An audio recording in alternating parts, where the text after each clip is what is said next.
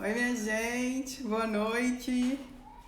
Vamos entrando. Deixa eu fixar o tema, que vocês sempre pedem. E já dou boa noite com calma para vocês. Tudo bem? Boa noite. Olá, pessoal. Bem-vindos. Quem está entrando já me diz de onde está falando. Quem é novo por aqui, fala sou novo por aqui, pra gente dar as boas-vindas. Sejam bem-vindos para mais uma live. Boa noite. Moema, Cris, Isa, Cláudia, Samuel, Beijoca, Isa, Aline, Rio de Janeiro. Já vão falando das cidades aí, pessoal. De onde é que vocês estão falando? Sou Nova. Luciênia. Você fala de onde, Luciênia? Seja bem-vinda. Thelma de Duque de Caxias. Isa, sou nova por aqui. De onde você fala, Isa? Boa noite, Samuel. Salvador, Bahia. Caraçaí, é isso? Tem outra pessoa de Caraçaí. Sou nova por aqui. Passou Rio do Sul, Santa Catarina, Teresina. Olha, tem uma pessoa de Teresina aí. Que máximo! Meus pais são do Piauí também. Montes Claros, sempre presentes por aqui. Guarulhos, São Paulo. Janaína, Gisele. Recife, Pernambuco, Guarulhos. Oi, Bruno. Tudo bem, gente? Boa noite. Ansioso por essa live. Ai, que máximo. Tomara que seja bacana, Joelma. Sejam todos muito, muito, muito bem-vindos. Ceará, Janaína tá falando. Oi, Lu. Olá. Veterinária, adoro psicologia, mas um dia o quê? Concretizarei o sonho de fazer psicologia, veterinário. Ah, que legal, maneiro. Boa noite, minha querida Lu. Quem mais tá aí? Penedo por aí. Montes Claros, Minas Gerais. Mais Montes Claros, que máximo. Gerson.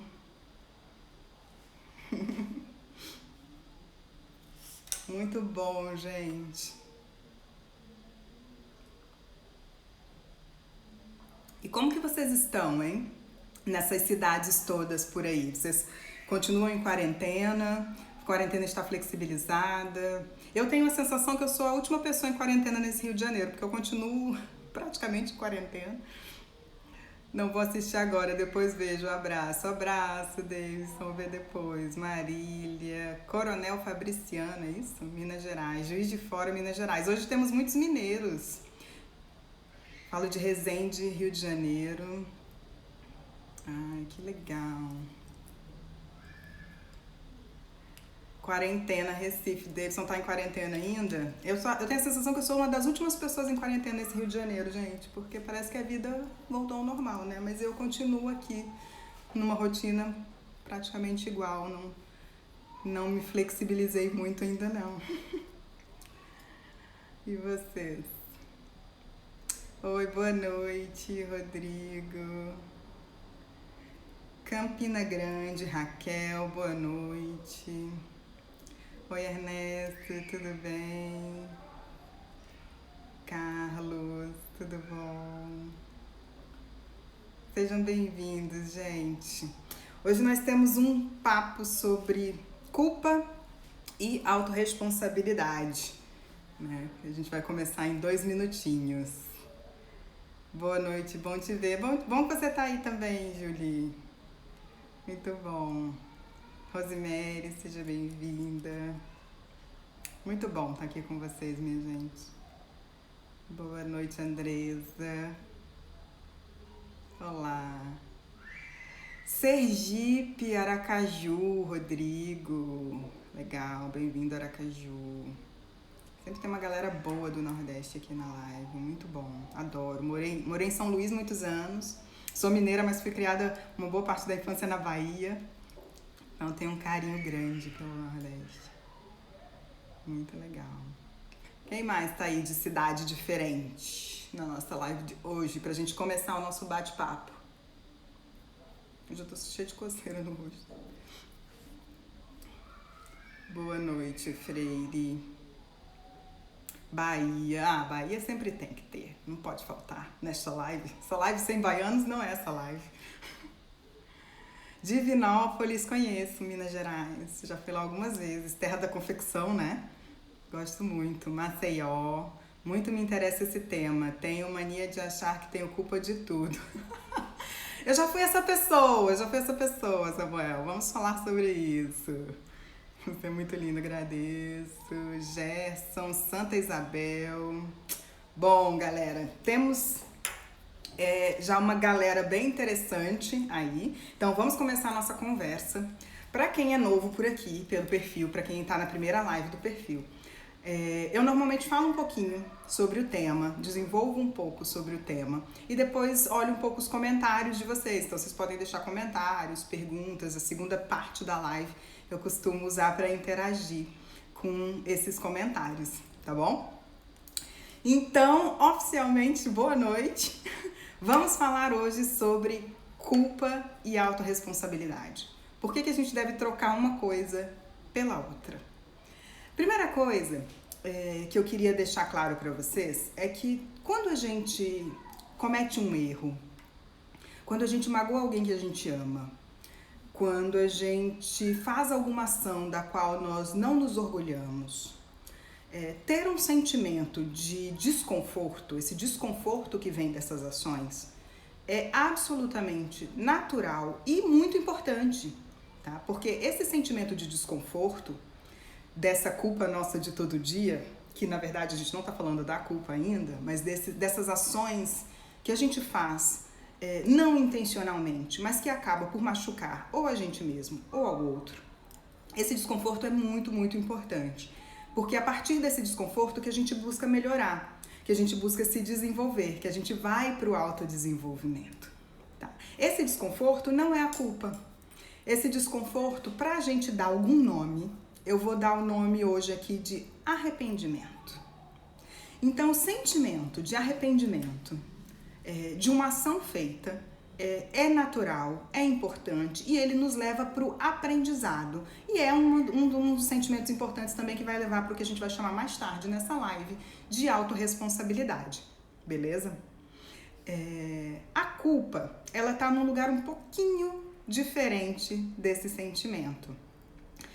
Vamos pensar que um dia você acordou atrasado para um compromisso muito importante, tá? Você acordou já em cima da hora, começa a se arrumar correndo para aquele compromisso e na correria, ao sair na sala, você bate num vaso que cai e quebra em vários pedaços pontiagudos e afiados.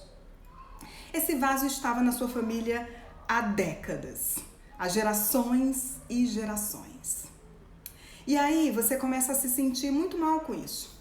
Aí você cata os pedacinhos daquele vaso. E ao catar aqueles pedacinhos de vaso, você se corta. Você sente os cortes, você vê o sangue.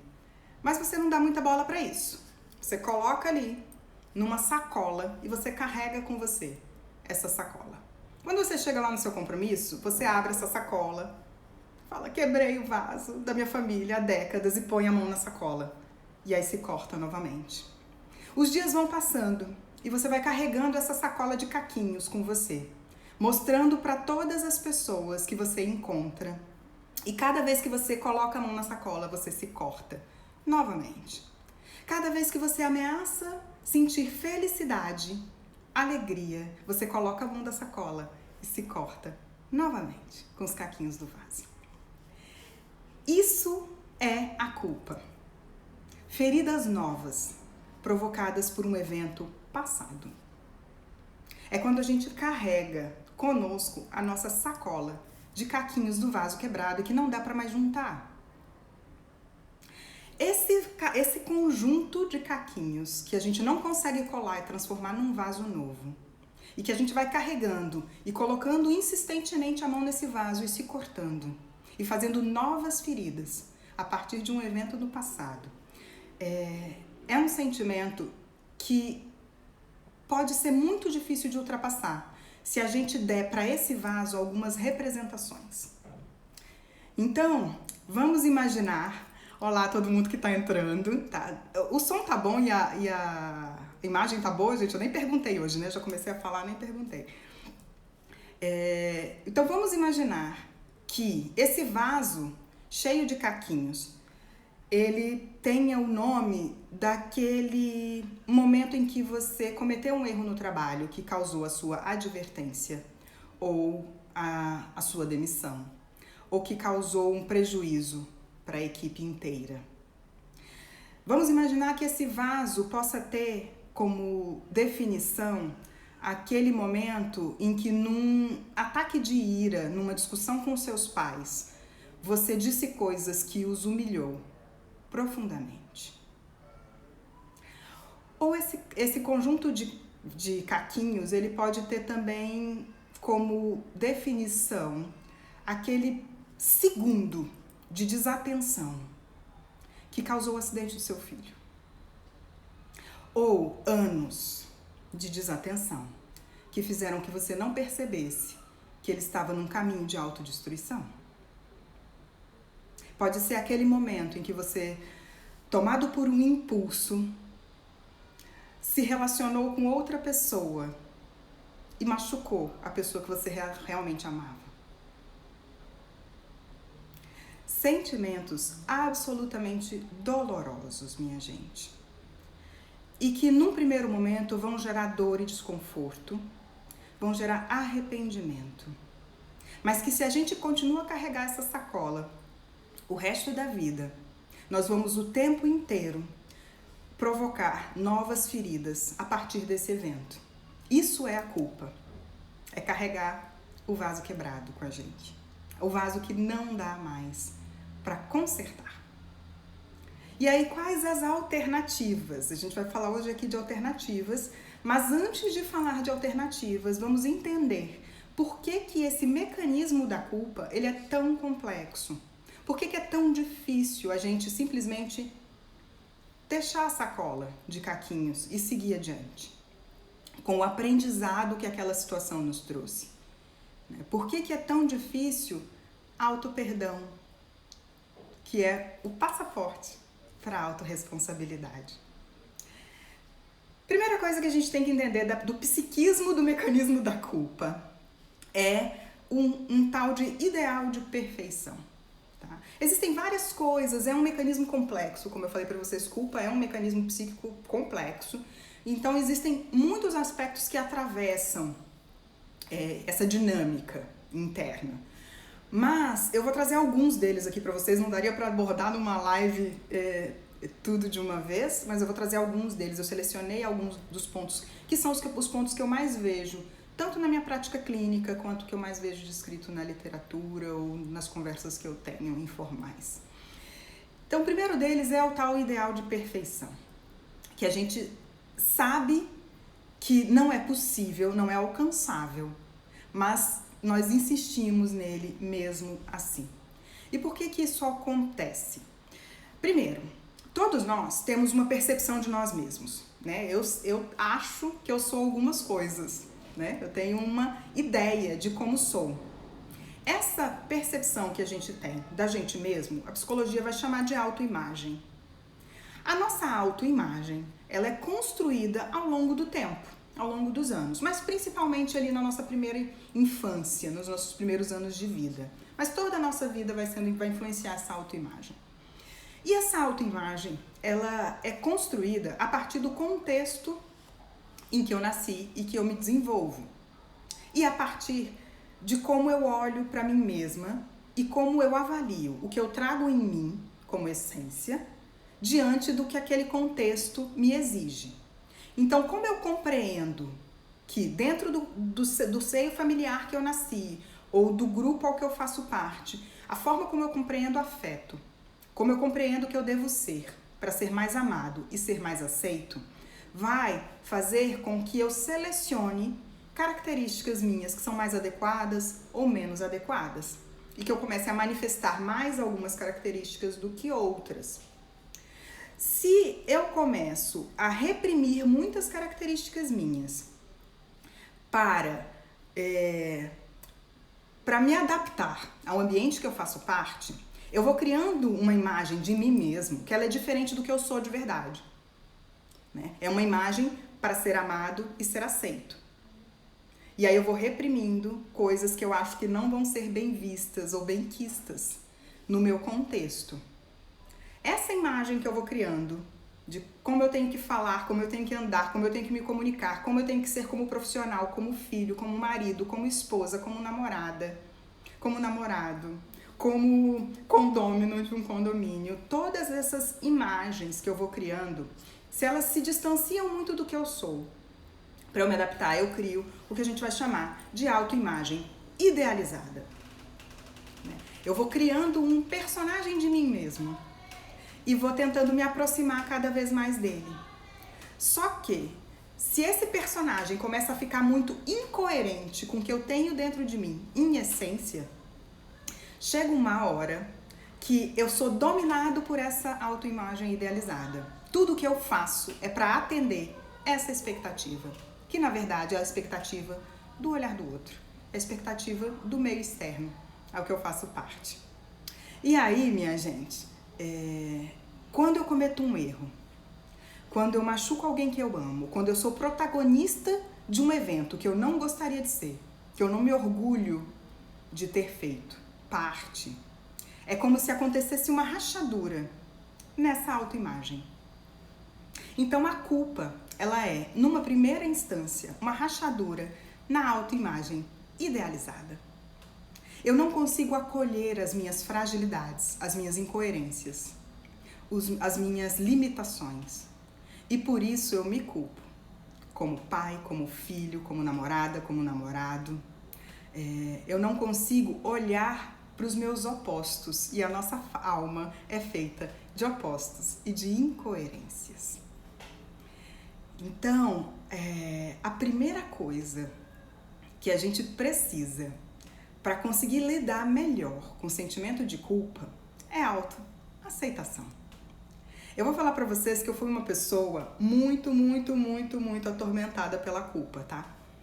Assim, até 5, 6 anos atrás, até bem recentemente, acho que até uns 5, 6 anos atrás, eu não podia ver passar a culpa ali, ó, 20 quilômetros de distância, que eu pegava e falava, me dá aqui que é minha. Adoro esse sentimento de ficar me chicoteando por algo que eu achei que eu não fiz, ou que eu falei, ou que eu não fui suficiente, ou ir para um outro lugar que a culpa também nos leva, que é para o lugar de Marte, né?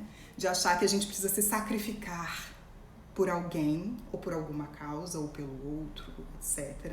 Que eu estou aqui para abrir mão das minhas necessidades, em função da necessidade do outro, que é um outro lugar que a culpa nos leva, né? Ou ainda para a terceira coisa que a culpa nos leva, que é para desculpa, para justificativa, para transferir aquele sentimento de desconforto que eu estou para o outro, que, não, mas na verdade eu fiz isso, por isso, né? Achar justificativas também é um processo que faz parte do ciclo da culpa. Tem 3 aspectos que eu acho que são pontes para você fazer a transferência da culpa para a autorresponsabilidade, para você fazer o transporte. Sair da culpa e ir para a autorresponsabilidade, que é o lugar onde você olha para você mesmo, para os seus erros, para as coisas que você fez ou que você tem, que você não admira em você, e você utiliza como aprendizado, mas você não perde tempo se cortando, colocando o dedo na sacola. Você se desfaz daquele vaso que já não pode mais ser colado e se dedica a novos vasos que ainda estão inteiros. Você aprende e segue o caminho.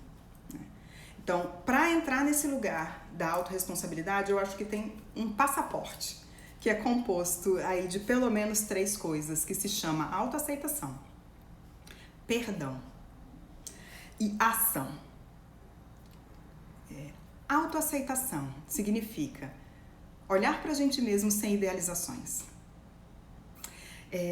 A vida, minha gente, é uma experiência psíquica, tá? Não sei se isso é claro para todo mundo. A realidade objetiva não existe, tá? Desculpa se eu tô destruindo o sonho de alguém agora, mas assim, a realidade objetiva, ela não existe, né? Tudo que acontece, tudo que a gente vai chamar de fatos, tudo isso aqui que é concreto, nada mais compõe do que um cenário para uma realidade que a gente constrói dentro da nossa mente, para uma realidade psíquica que a gente constrói dentro da nossa mente. Alguns exemplos. Se você, por acaso, passa por uma rua, você passa sempre por aquela rua, um belo dia naquela esquina você é assaltado. Você vive uma experiência traumática naquela esquina. A próxima vez que você passar por ali, provavelmente o seu sistema vai reconhecer como um local de ameaça e vai reagir sem que você tenha controle sobre isso, com a reação do medo, como se aquilo estivesse acontecendo de novo. O estresse pós-traumático, que algumas pessoas vivem depois de uma situação, que é continuar manifestando aquela descarga de estresse, como se ainda estivesse na situação de perigo. Nada mais é do que isso, essa situação sendo revivida internamente.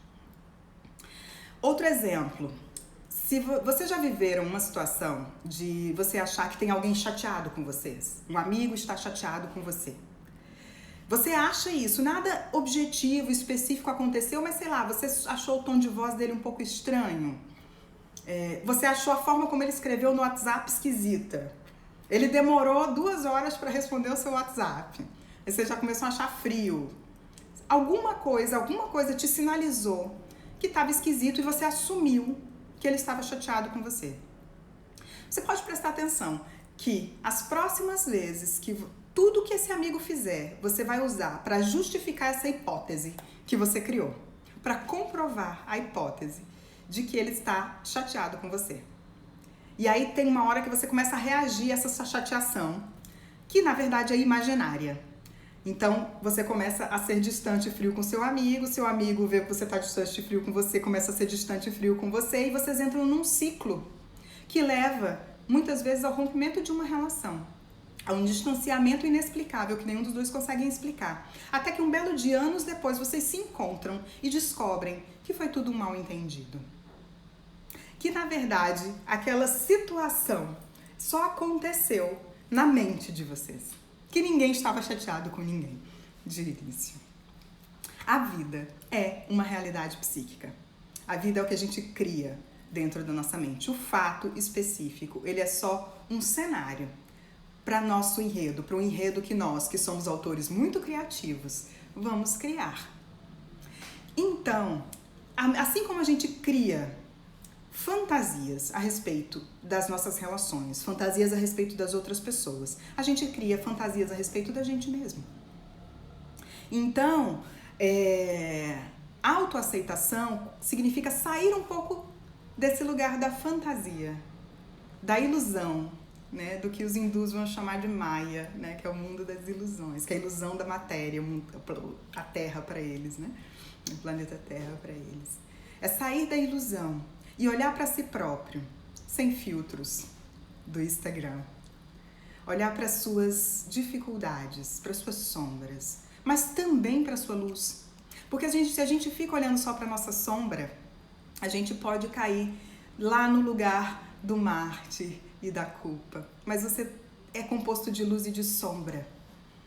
Então a gente precisa olhar para as duas coisas e acolher. Autoaceitação tem a ver com o entendimento de que nós viemos para cá para o constante aperfeiçoamento e não para atingir a perfeição. E é só quando a gente começa a aceitar as nossas fragilidades. Isso é descrito hoje pelas ciências sociais de uma forma bastante robusta, né, com estudos bastante robustos, que as pessoas que melhor aceitam as suas vulnerabilidades, as suas fragilidades, têm mais sensação de bem-estar, têm mais felicidade e alcançam mais facilmente os seus objetivos do que aquelas pessoas que têm mais dificuldade de se sentirem vulneráveis, de se colocar vulneráveis nas situações, de olhar para as suas fragilidades. Então hoje a gente já sabe que a força, a coragem, a alegria e o bem-estar nascem daquilo que é uma vulnerabilidade nossa. Nasce da integração das nossas fragilidades, nasce da disponibilidade de se colocar de alma aberta para a vida sem ter garantias do resultado. Isso é autoaceitação, minha gente. E a autoaceitação leva para o segundo ponto, que é perdão. Eu sempre digo que todo perdão é, em primeira instância, auto-perdão. Não existe outro tipo de perdão que não auto-perdão. Mesmo quando eu estou pegando aquela culpinha, a sacolinha lá de caquinhos de vaso e transfiro para outra pessoa e dou ela para outra pessoa, transfiro essa culpa que eu estou sentindo para o outro. Mesmo quando eu estou ressentido e magoado com alguém que me feriu, significa que tem algo em mim que eu preciso perdoar. Porque por trás de um adulto que não perdoa os pais, por exemplo, por um ato de desamor ou de desatenção, ou o que quer que seja, existe uma criança que não se perdoa por achar que não foi suficiente o bastante para ser amado por aqueles pais. Por trás de uma pessoa que não perdoa o companheiro ou a companheira que o traiu, por exemplo, existe alguém que não se perdoa por achar que não foi suficiente naquele relacionamento. Por trás de alguém que cometeu um erro, seja no trabalho ou em qualquer outra área da vida, existe alguém que não se perdoa por achar que deveria ter feito algo que não foi feito ou deveria ser diferente do que é de verdade. E aí, vamos lembrar que perdoar não é esquecer, tá? Esquecer significa que você está com um problema de memória e talvez seja importante buscar um atendimento médico, tá? Perdoar não é esquecer o fato. Perdoar é você, na verdade, ressignificar aquele fato. Dar um novo olhar para ele. Deixar que as feridas cicatrizem. Não mais enfiar a mão na sacola. Para que elas não mais abram de novo cada nova escolha que você fizer. Ou seja, não mais deixar que aquela ferida controle as suas escolhas do presente. Então, perdoar não significa esquecer o fato. Perdoar não significa trazer de volta aquela pessoa para sua vida, inclusive. Você pode perdoar alguém que lhe traiu, sei lá, vamos usar essa palavra só para ficar uma palavra fácil de entendimento, mas eu nem gosto muito dela. Mas você pode perdoar alguém que lhe traiu e não querer essa pessoa de volta na sua vida. O perdão não é para o outro, é para libertar você da dor.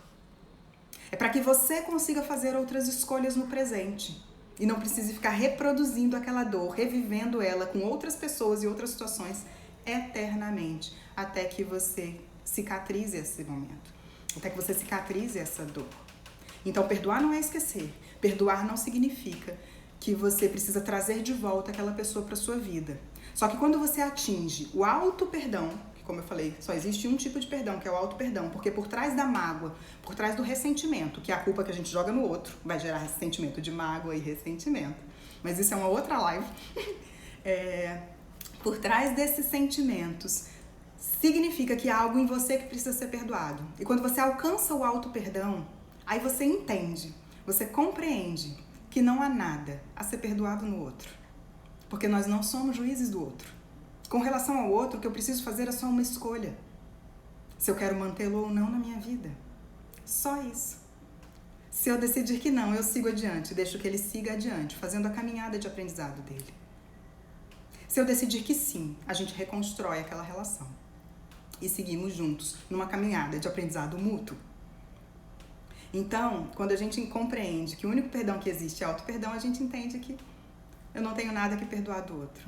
E é muito engraçado, gente, porque todas as filosofias falam hoje de perdão, as tradições falam muito de perdão, e hoje a ciência também fala muito de perdão, né? Já existem pesquisas que falam sobre a importância do perdão, da gratidão, da compaixão para estados de bem-estar, de alegria, de felicidade, para alcançar os objetivos, né? Há estudos que mostram que as pessoas consideradas bem-sucedidas em qualquer área da vida que seja na área profissional, afetiva, qualquer área da vida que seja, são pessoas que não perdem tempo com a culpa. Eles simplesmente não perdem tempo com a culpa porque eles entendem que o processo é um processo de autodesenvolvimento, que a caminhada é uma caminhada de constante aperfeiçoamento, que o erro vai fazer parte. Que passar pelo erro é a forma de fazer aprendizados. Então são pessoas que compreendem isso e que entendem que mesmo errando, elas não se tornam desmerecedoras de amor e de pertencimento. São pessoas que olham para essas situações, por mais dolorosas que elas sejam, que elas pareçam. Mas eles olham para essas situações e tentam aprender com elas e ir para a ação, que é o nosso terceiro ponto. Porque se a gente para só no perdão interno, também não funciona. A gente não consegue abandonar a nossa sacola de caquinhos. A gente precisa ir para a ação, para ir para a autorresponsabilidade. E aí eu vou contar algumas historinhas para vocês, porque é curioso, porque a ciência está se aproximando desse lugar de que perdão, compaixão, gratidão são coisas importantes para a nossa saúde integral, mas as filosofias tradicionais já sabem disso há milênios, né? Principalmente as filosofias espirituais. E se a gente for dos livros mais tradicionais, de uma filosofia a outra, da Bíblia a Bhagavad Gita, que é o livro de textos sagrados em hindu, nós vamos encontrar passagens que desincentivam a gente a carregar a culpa e nos incentivam ao perdão, ao auto-perdão. Todas essas escrituras e as filosofias no seu cerne falam do lugar de aprendizado e constante aperfeiçoamento.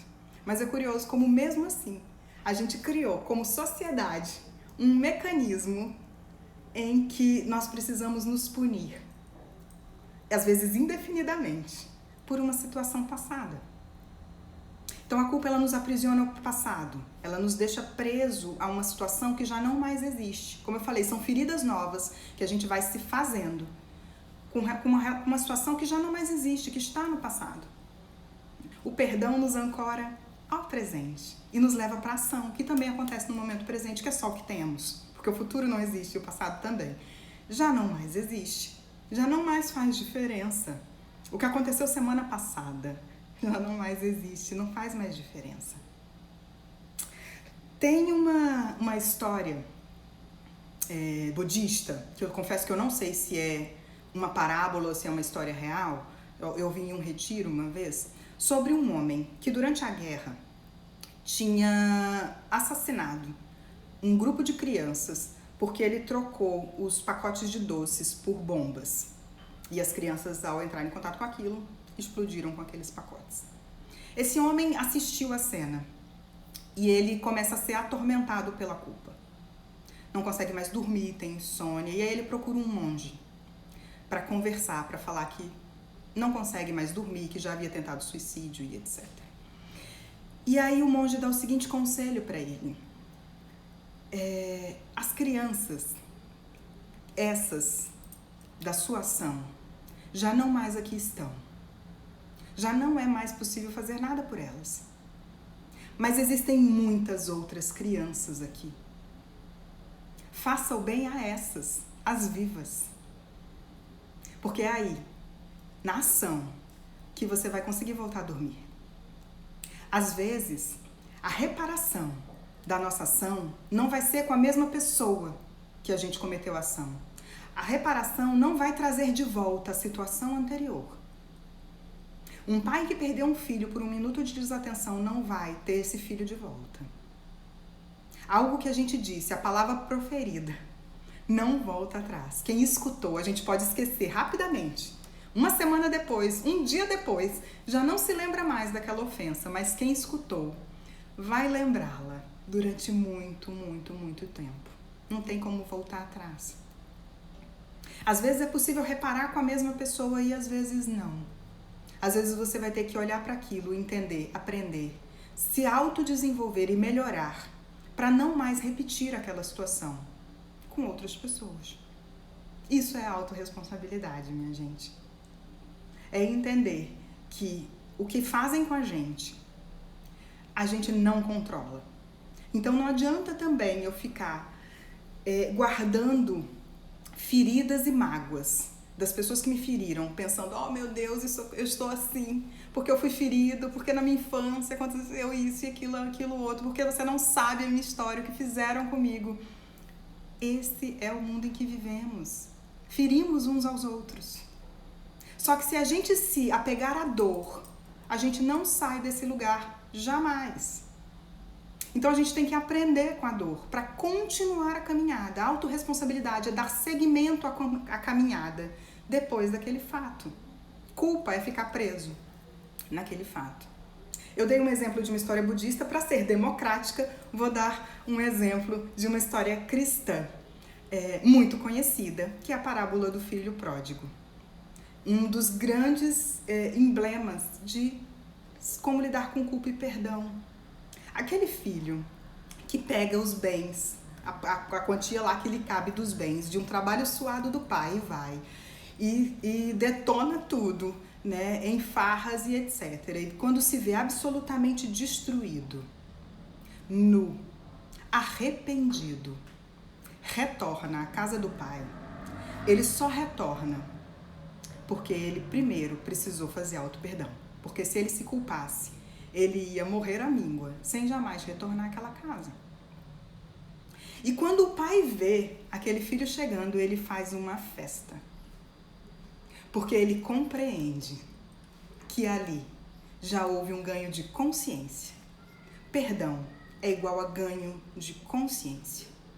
Da consciência de que o que você fez naquele momento era o que você podia, para o repertório que você tinha naquele momento, para o nível de consciência que você tinha naquele momento. E é por isso que aquele pai festeja. É por isso que aquele pai não vai dizer, eu te avisei. Sabe essa situação quando você faz alguma coisa que você se arrepende muito e chega alguém na sua frente, você fez achando que ia dar certo, sem dúvida, mas deu muito errado. E aí chega alguém na sua frente e fala, eu te avisei. E você quer que o chão se abra e sugue aquela pessoa, porque nada do que ela disser vai fazer com que você se sinta pior do que você já está se sentindo, porque você ganhou consciência em cima daquele feito, daquele erro, daquela questão. Então aquele pai comemora porque ele entende, ele compreende que aquele filho já teve o processo dele, ele teve o ganho de consciência e que é para isso que a gente veio para cá, para autodesenvolvimento e para ganho de consciência. E aí ele consegue ir para ação, que é pedir o perdão, que é pedir a desculpa, que é reparar o seu erro, que é fazer o aprendizado, que é entender que nós não somos vítimas dos outros. Os outros fazem conosco aquilo que a gente permite, mas nós não controlamos o que o outro faz com a gente. Mas a gente controla como a gente reage a isso. Se eu estou num relacionamento onde eu estou desrespeitado, o problema não é só de quem me desrespeita. O problema também é meu, que aceito o desrespeito. O que o outro faz conosco, nós não controlamos. Nós controlamos a nossa ação e a nossa reação diante do que o outro faz com a gente. E quanto mais a gente se coloca no lugar de culpa, a gente vai para o lugar de vítima, a gente vai para o lugar da justificativa. À medida que a gente assume a autorresponsabilidade, a gente muda a narrativa. A nossa narrativa passa a ser sempre em primeira pessoa. Eu recebo muita mensagem na internet das pessoas que interagem com os vídeos, falando, o que eu faço porque o meu namorado, o meu marido, a minha patroa, não sei quem é muito rígido, me impede de crescer, isso e aquilo outro. E eu sempre sugiro, troca a narrativa. Reescreve essa pergunta em primeira pessoa. Não é o outro que te impede de crescer, mas o que você precisa fazer para parar de aceitar que o outro te impeça de crescer. Isso é autorresponsabilidade, a gente escrever a história da nossa vida em primeira pessoa, assumindo as nossas ações e não só as nossas reações. Então, o processo de autorresponsabilidade, ele só se completa na ação, minha gente. Tem que ter autoaceitação, tem que ter auto-perdão, mas tem que ter ação. Eu preciso fazer diferente, porque é aí que eu consigo dar seguimento à minha caminhada e deixar a sacolinha de caquinhos ali para trás, não mais colocar a mão nela. Vou interagir um pouquinho, deixa eu ver, temos um pouquinho de tempo, vou interagir um pouquinho com os comentários de vocês. Vai dar um pouquinho de reflexo no óculos, mas tudo bem. Vamos ver. Como parar de sentir culpa e se perdoar do passado? Geilza tá perguntando. Então, vamos começar a live toda de novo. Porque é tudo isso que eu falei. A culpa, primeiro, tem a ver com o ideal de perfeição. Então, significa, primeira coisa, olhar para você mesma sem idealizações. Entendendo os seus defeitos, suas qualidades, seus erros, seus acertos. Né? Perdão é sempre auto-perdão. Então, quando eu entendo que o nosso processo aqui é de autodesenvolvimento, a gente consegue se perdoar. E aí eu preciso ir para a ação. Seja qual for a coisa, o que você está tentando se perdoar, você precisa fazer alguma coisa em relação a isso. Não pode ficar só aqui, no mental. Eu preciso... Se eu entendi que aquilo foi um equívoco, eu preciso me melhorar de alguma forma. Eu preciso fazer trabalho interno e externo para me melhorar, para não mais repetir. É a ação que faz com que a gente deixe de vez a culpa para trás. É justamente da melhor versão. Voltou. Vocês estão me ouvindo? Parou aqui um minutinho para mim. Mas eu acho que estão ouvindo ainda, né?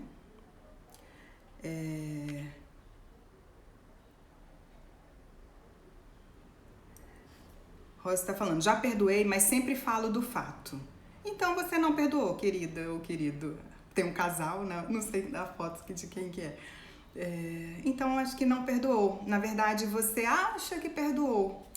Mas se você tem necessidade de falar, o que a gente transforma em linguagem é algo que a gente ainda precisa elaborar internamente.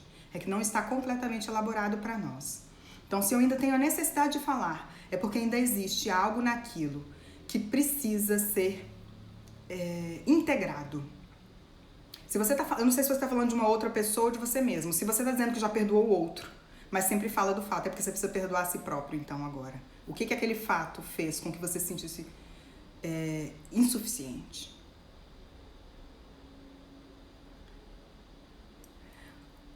Joana está perguntando, como lidar com uma pessoa que não assume a autorresponsabilidade? Joana, é a mesma coisa que eu falei agora há pouco. Reconstrói a sua frase, falando de você, porque a gente não controla o outro. Reconstrói a tua pergunta, perguntando, por que eu quero estar com uma pessoa que não assume autorresponsabilidade? Traz a autorresponsabilidade para você primeiro, para depois você conseguir lidar com o outro. Então, assim, por que você quer estar com alguém que não assume autorresponsabilidade? E não importa se esse alguém é mãe, pai, irmão, marido, não importa. Não importa. Se a pessoa não assume autorresponsabilidade, esse é o caminho dela. A gente não controla o caminho do outro, gente. A gente não controla. A gente tem que parar com essa síndrome de achar que nós somos salvadores das outras pessoas, delas próprias. Nós não viemos aqui para salvar o outro dele próprio. Fazer o nosso processo de autodesenvolvimento e de autoconhecimento já dá muito trabalho. E se a gente se concentrar nele, não vai sobrar muito tempo para outras coisas. E a gente vai transbordar o que a gente tem de melhor. Lembra que eu falei em uma outra live, já não lembro mais qual foi, que a gente só transborda para o outro aquilo que a gente consegue ter em excesso na gente. Então é só quando eu tenho excesso de autorresponsabilidade que eu transbordo isso para o outro, é quando eu tenho excesso de gratidão que eu transbordo isso para o outro. Então a minha relação só fica melhor quando eu me melhoro. Né? Então, se tem alguém que não assume autorresponsabilidade e por um acaso isso interfere na minha vida, eu tenho que entender por que eu estou permitindo que a minha vida seja atravessada pela ação do outro. Temos tempo? Agora entraram muitas coisas, eu perdi um monte de perguntas já, gente. Quem quiser mandando de novo, porque já passou um monte. Estou passando pelo fim de relacionamento, então muitas palavras têm tudo a ver comigo, Andresa. Que bom, Andresa, que fez sentido para você. Isso é o mais importante, né? Lembra que todo conhecimento precisa fazer sentido na nossa história. Se não fizer sentido, simplesmente joguem fora e sigam adiante. Parar de transferir as responsabilidades. Boa noite, Ediane. Se eu me auto-perdoar, não pode gerar uma cegueira sobre si mesma ou alguma arrogância? Quem tá falando isso? Stephanie. Stephanie, é justamente o contrário. A arrogância é a culpa. A culpa tem base na arrogância. A culpa significa eu não admitir que eu posso errar. A culpa é eu achar que eu sou perfeita demais para cometer um equívoco. O auto-perdão, a gente olha pra gente sem idealizações. A gente olha pra gente pros nossos limites também. A gente olha pra gente pro que há de bom na gente e pro que há de péssimo na gente. Para aquilo que a gente não admira em nós mesmos e integra isso. O auto-perdão é quando a gente entende que nós somos compostos de luz e de sombra.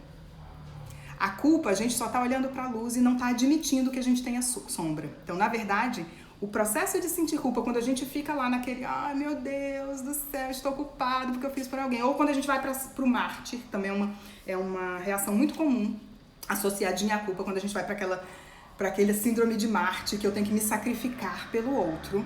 Aí eu estou num processo de arrogância. Aí eu estou com um ego enrijecido que não aceita as minhas fragilidades. Tá bom? Mesmo se filhos, Joana, mesmo se filhos.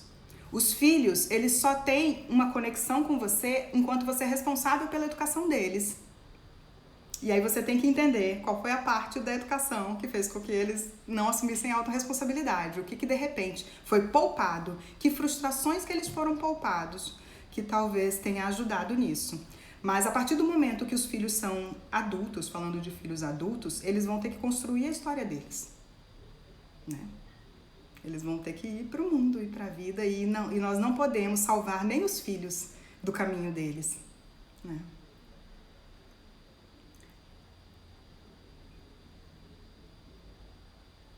Como perdoar quem tanto nos fez mal? Josiane tá falando. Eu falei disso agora há pouco, né, Josiane? Que a gente não quando a gente pratica auto-perdão, a gente entende que não existe outro perdão, que não existe perdoar o outro, porque nós não somos juízes do outro. Quando a gente tá conectado ao outro por um sentimento de mágoa ou ressentimento, significa que por trás daquele sentimento tem algo que eu não tô me perdoando em mim. E provavelmente inconsciente, tá?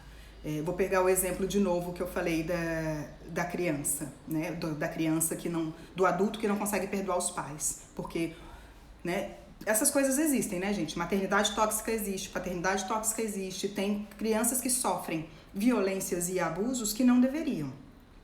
O adulto que não consegue perdoar esse pai e essa mãe, na verdade, ele é a criança que não consegue se perdoar porque acha que foi culpada de sofrer aquela violência. Então, quem você tem que perdoar é só você mesmo. E aí, como eu disse, você não precisa trazer essas pessoas de volta para sua vida. O perdão, ele não é esquecimento, gente. Perdão não é esquecer o fato. Perdão significa que aquela dor não mais te controla no presente. Significa que você vai permitir que aquela dor cicatrize. Você vai dar permissão para o tempo fazer o papel dele, que é cicatrizar as dores. E fazer com que o seu processo já não mais dependa daquilo que aconteceu com você. Que você consiga construir uma família que você vai amar e respeitar, mesmo que você não tenha recebido esse amor e esse respeito. Isso é o auto-perdão.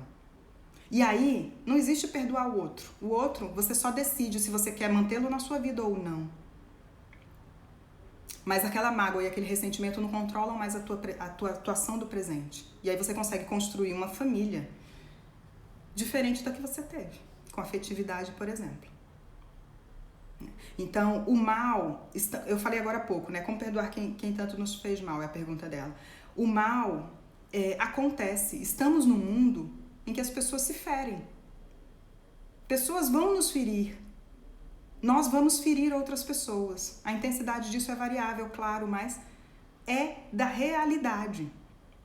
É a gente querer brigar com a realidade, a gente achar que a gente vai passar uma existência inteira sem sofrer, sem dor. Felicidade não é ausência de dor, gente. Essa é uma ideia infantilizada de felicidade. Felicidade é, apesar da dor, eu saber que existe um ponto de equilíbrio e que tudo é passageiro e impermanente. Que eu não preciso me fixar nas dores passadas, que eu posso construir no meu presente uma outra forma de lidar com aquilo. Eu posso dar um outro significado para aquela situação. E aí o como, vou voltar no que eu falei. 3 passinhos. Autoaceitação. Você precisa entender qual é a parte sua que você não está perdoando e por isso você não consegue perdoar o outro. Sempre que a gente não está perdoando o outro é porque tem uma parte nossa que a gente não está perdoando nessa história. Segundo, o próprio auto-perdão. E terceiro, ação. Você precisa fazer diferente do que foi feito com você.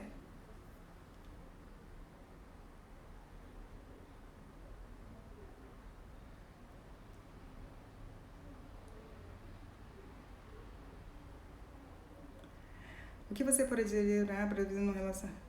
O que você poderia dizer para vítimas de psicopatas num relacionamento afetivo?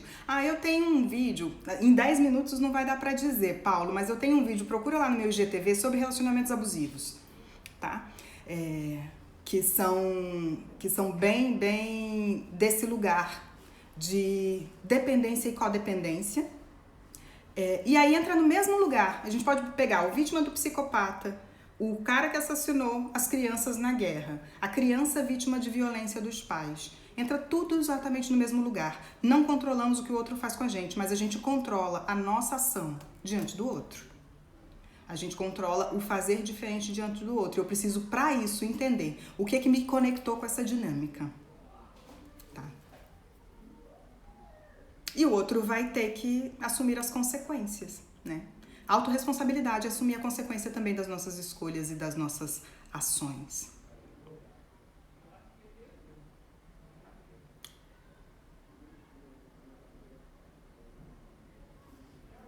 Temos 5 minutinhos.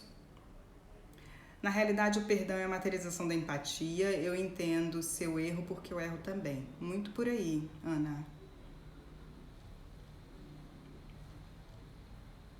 Tem algumas coisas que são mais específicas que eu não tô lendo, que o que eu vou sugerir é trabalho interno, gente. É um processo terapêutico que não tem milagre, não tem pílula mágica. É um processo de autoconhecimento, autodescobrimento interno pra gente passar por situações dolorosas, como rupturas de relacionamento, perdas de entes queridos. A gente vai passar, primeiro, tem que passar pelo processo de luto.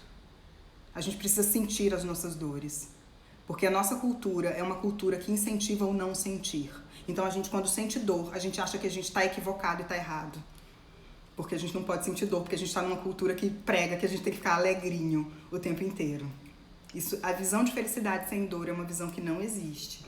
Então a gente precisa sentir as nossas dores. Então ruptura de relacionamento, perda de ente querido, tem que fazer o luto. Esse luto tem etapas. E se ele tiver difícil de ser feito sozinho, a gente precisa procurar ajuda profissional. O importante é querer sair da dor. Esse vai ser o mais importante. É não querer ficar enfiando a mão na sacola de caquinhos o tempo inteiro e me ferindo o tempo inteiro. É não me apaixonar pela dor. Porque aí eu não vou sair, porque eu vou começar a ter ganhos secundários dessa dor. E aí vai ficar mais difícil de sair. Então, assumir a responsabilidade, inclusive sobre os nossos próprios processos dolorosos, é a gente entender que tem uma dor que precisa ser passada, mas que se ela cria raízes e se eu não estou conseguindo fazê-lo sozinho, eu preciso pedir ajuda. A autorresponsabilidade também é pedir ajuda de vez em quando, e não tem pílula mágica. Não é num final de semana, é processo. Como nós temos 2 minutinhos finais, eu queria ler para vocês, para deixar o perdão é libertador, a Andréia tá falando, concordo. Eu acho que foi o grande aprendizado. Eu falei pra vocês que até uns 5 anos atrás eu era uma pessoa muito atormentada pela culpa, né? Adorava uma culpinha, adorava cair nesse lugarzinho de ai meu Deus do céu. E aí é louco, a pessoa falou da arrogância ali, lá em cima, e é louco como a gente não percebe que quando a gente tá no lugar de vítima é porque a gente também tem um ego tão grande quanto aquele que tá no lugar da arrogância. Né? Porque a vítima é esse lugar de que a minha dor é maior do que a de todo mundo. Então, o perdão ele é justamente o contrário. Né? É justamente a gente entender que nós somos seres falhos, sim. Que o erro faz parte do processo da caminhada. A dor faz parte do processo da caminhada, como a alegria, a gratidão e a compaixão também fazem. É transitar nesses estados que nos torna simplesmente humanos, que é simplesmente o que a gente veio fazer aqui. Ninguém veio pra cá pra ser nada mais além do que humano, né? Se você olhar pro seu cachorrinho, se você tem pet, e eu às vezes dou esse exemplo em lives, se você olhar pro seu cachorrinho, ou pro seu gato, pro seu animal de estimação dormindo agora, provavelmente ele não tá se perguntando, ai meu Deus, e se eu fosse uma baleia, eu estaria no mar agora, muito melhor. seria muito mais amado, minha vida seria muito mais fácil, eu teria comida disponível no mar a hora que eu quisesse, não dependeria deste humano para me alimentar. Pode ser que ele esteja pensando tudo isso, mas não parece. Porque simplesmente o seu cão e o seu gato, ou aquela formiguinha, se você não tiver pet, já viu aquela filinha de formigas carregando folhas? Aquela formiga que está lá carregando uma folha enorme, várias vezes o peso dela, ela não está preocupada se a formiga da frente está com uma folha maior ou menor do que a dela. Ela está simplesmente ali cumprindo a natureza dela. Assim como o cão e o gato. Se a gente veio para cá para cumprir a nossa natureza e a gente compreende que o cumprir a nossa natureza é um caminho de constante aperfeiçoamento, esses sentimentos que nos pegam porque a gente tem autorreflexão, diferente dos animais, dos outros animais. E aí esse é o nosso maior prêmio, o nosso pior castigo. Essa autorreflexão nos leva a uma idealização de nós mesmos e a gente fica querendo ser divino, ao invés de só ser humano. E quando a gente consegue se conectar com a nossa humanidade integralmente, é aí que a gente toca o divino na gente e no outro. Né? Então, por conta disso, nesses 3 minutos que o Instagram tem antes de me derrubar, eu vou deixar para vocês de mensagem nesta live, o que eu não consegui responder depois, se vocês quiserem deixar de comentário lá no vídeo, que vai ficar salvo no IGTV, podem deixar lá. Mas a última mensagem é um poema da Marianne Williamson, que é uma escritora espiritualista. E um poema que o Nelson Mandela já usou em um de seus discursos, e que diz assim: nosso maior medo não é o de sermos inadequados. Nosso maior medo é saber que somos poderosos além do que podemos imaginar. É a nossa luz, não a nossa escuridão, que mais nos assusta. Nós nos perguntamos: quem sou eu para ser brilhante, lindo, talentoso, fabuloso? Na verdade, quem é você para não ser? Você é uma centelha do divino. Você pensar pequeno não ajuda o mundo. Não há nenhuma bondade em você se diminuir, recuar, para que os outros não se sintam inseguros ao seu lado. Todos nós fomos feitos para brilhar, como as crianças brilham. Nós nascemos para manifestar o que há de divino em nós. E isso não ocorre só com alguns de nós, mas com todos nós.